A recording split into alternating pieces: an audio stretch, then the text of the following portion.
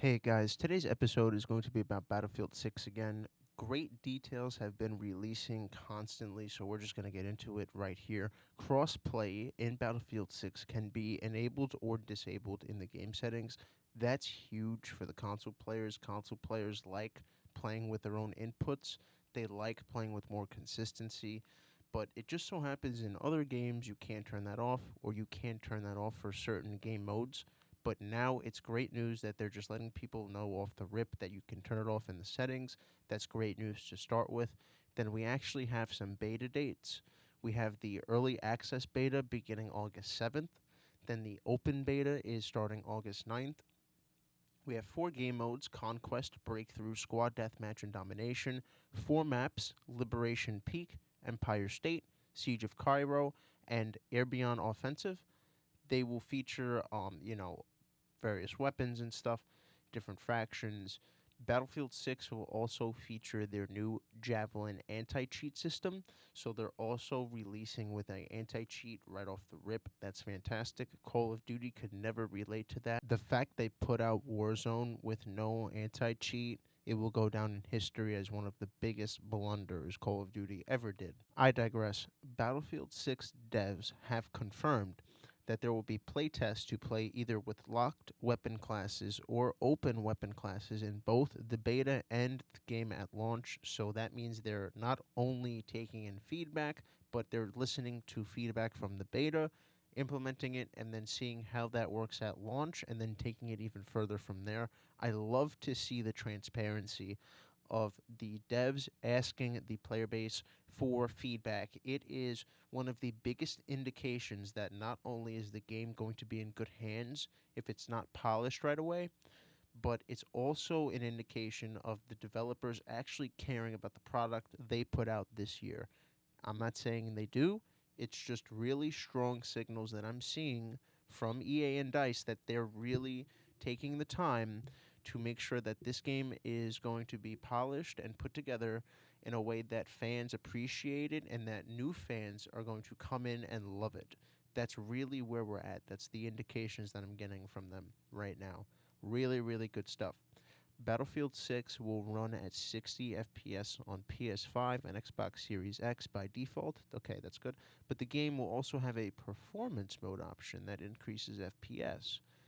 Wow, wow, wow. We are actually optimizing games for the consoles. That is fantastic. That's great news because I hear a lot of talk, the PC optimization, you have your graphics cards, your processors, your RAM, but the consoles don't really have all of those components. The fact that they're actually putting in a performance mode to optimize the FPS is really, really good. That's really, really good, especially considering they're going to have an FOV slider. Um, Here's 4 maps. Okay, you can't really see. I don't want to put the maps on screen. I don't know if they're going to be subject to copyright. Apparently, the shotguns go really strong in this game, and the weapons are going to be really, really good. You have modern M4s, AKs, etc. They also put out a statement regarding matchmaking, and they said matchmaking in Battlefield 6 will focus on ping, player location, server availability, and some skill factor.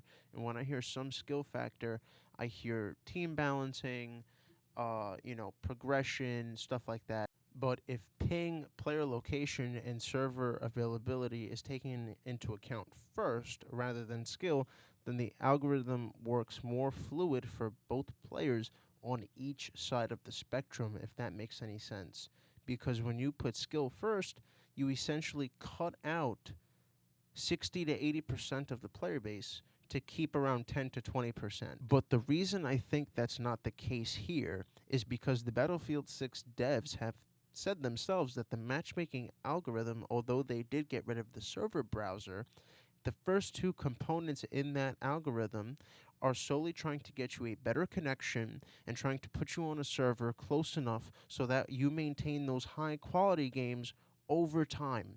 Call of Duty could never ever say this in a fucking meeting, bro. They could never say this at a fucking meeting, at an event, at a company party. And if they did, they'd be fired on the fucking spot, guaranteed.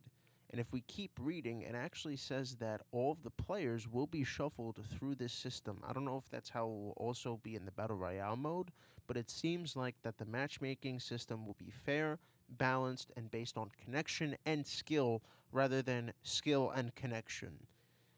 And I love to hear that. I love to see that. That's making me very excited.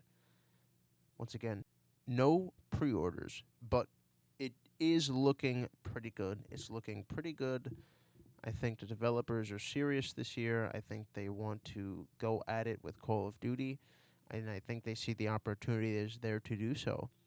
The factions in Battlefield 6 will be Pax Armada, which looks like it's China and Russia versus NATO, and that is great, great stuff. That might be a great storyline.